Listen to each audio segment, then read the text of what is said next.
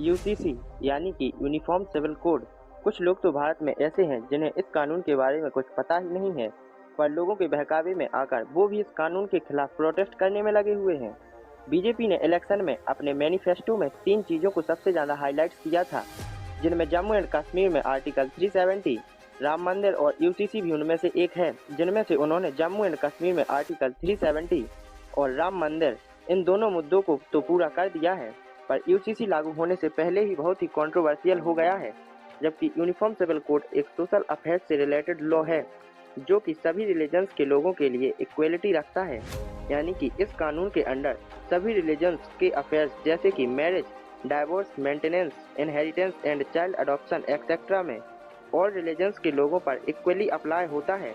पर फिलहाल में भारत में ऐसा नहीं है और रिलीजन्स अपने धर्म के बेसिस पर अपने कानून बनाने के लिए इंडिपेंडेंट हैं।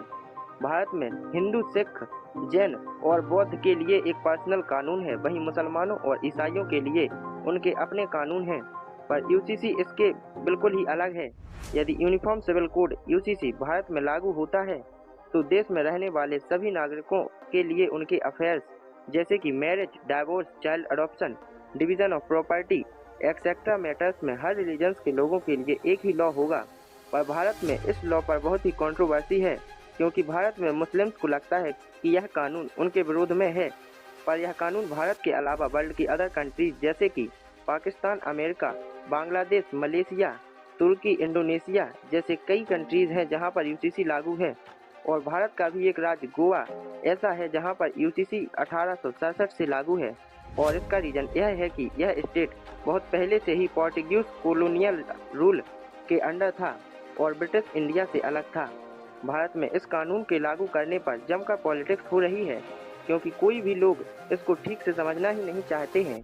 यूसीसी किसी भी पंथ या जाति के पर्सनल लॉ से ऊपर है, जो सभी नागरिकों पर उनके रिलीजन, जेंडर और सेक्सुअल ओरिएंट की परवाह किए बिना सिमिनल फॉर्म से लागू होगा और इसमें हर नागरिकों और खास करके वुमेन्स राइट्स को प्रोटेक्ट करेगा। और भारत की हर एक महिला को, चाहे वह किसी भी धर्म की हो, उसे पुरुष के सिमिलर राइट्स प्राप्त होंगे, चाहे वह मैरिज हो, डाइवोर्स हो या प्रॉपर्टी का बंटवारा हो। दैट इज टू से कि यदि हिंदू महिला अपने पिता की हाफ प्रॉपर्टी पर क्लेम कर सकती है, यह हक मुस्लिम महिलाओं का भी होना चाहिए कि वो भी अपने फादर की हाफ प्रॉपर्टी पर क्लेम कर सके। जितना हक लड़के का होता है, उतना ही हक लड़कियों का भी होना चाहिए। इसके अलावा जैसे पोलोगैमी यानी कि कई लोग एक से अधिक शादी करते हैं, मुस्लिम्स में ऑलरेडी पॉलीगैमी है। और इसके अलावा कई सारे ऐसे राइट्स हैं जहाँ पर पुरुष या महिलाएं भी एक से अधिक शादी करती हैं, तो ऐसे राइट्स को पूरी तरह ही खत्म कर सकें।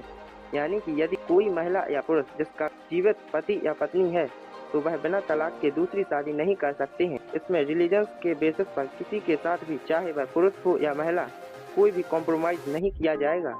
पर इसी बीच भारतीय संविधान के आर्टिकल 25 और 28 इंडियन सिटीजन्स को धार्मिक स्वतंत्रता की गारंटी देता है और रिलीजियस ग्रुप को अपने स्वयं के अफेयर्स को मैनेज करने की अनुमति देता है। तो वहीं दूसरी ओर संविधान का आर्टिकल 44 भारतीय राज्य से यह एक्सपेक्ट करता है कि वह नेशनल पॉलिसीज बनाते समय सभी भारतीय नागरिकों के लिए राज्य के डायरेक्टिव प्रिंसिपल और स्टेट पॉलिसी को समान कानून को लागू करे।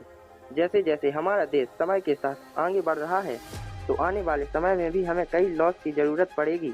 तो ऐसे में हम देशवासियों की यही ड्यूटी होनी चाहिए कि किसी भी कानून के खिलाफ प्रोटेस्ट किसी के भी भड़कावे में आकर नहीं करना चाहिए। उसके बारे में अच्छे से सोच समझकर ही कुछ करना चाहिए, चाहे वह किसी भी धर्म के लोग हों, क्योंकि यह देश हम सबका है और इसके प्रति हम सब के कर्तव्य समान हैं। और इसे सुनकर तो आप समझ ही गए होंगे कि यूसीसी हमारे देश के लिए सही है या गलत, तो कमेंट्स में ज़रूर बताइए। So that's all for today. You like this information, so please don't forget to like, share and subscribe the channel.